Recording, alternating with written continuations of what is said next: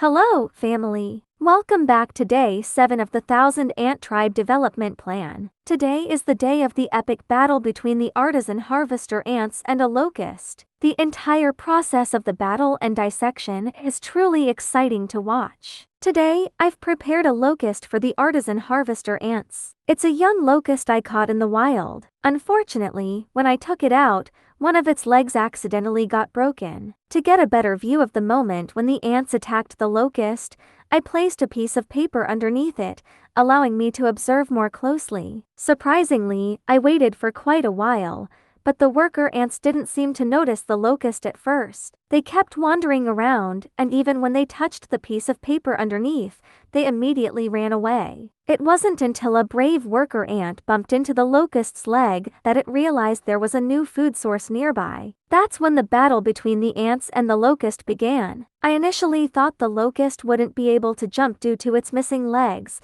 but to my surprise, its jumping ability was still strong, and its aggressiveness was impressive. Every time an ant touched the locust, it would kick them away with powerful legs, and the distance they were kicked was surprisingly far. One of the worker ants even climbed onto the locust's back and experienced a high-altitude leap. I really wonder how that must have felt for the ants. After a worker ant touched the locust, even though it was kicked away, it chose to retreat back to the nest. I assumed it was going back to call for backup, but after a long wait, I didn't see any other ants coming out. At this point, I decided to turn off the lights. I suspected the ants weren't acting due to the strong lighting, and sure enough, after I turned off the lights, the number of ants increased significantly. As the locust kept moving, the worker ants had to constantly reorient themselves to locate it. By this point, I had to remove the piece of paper so the ants would have more space to maneuver. Once the paper was removed,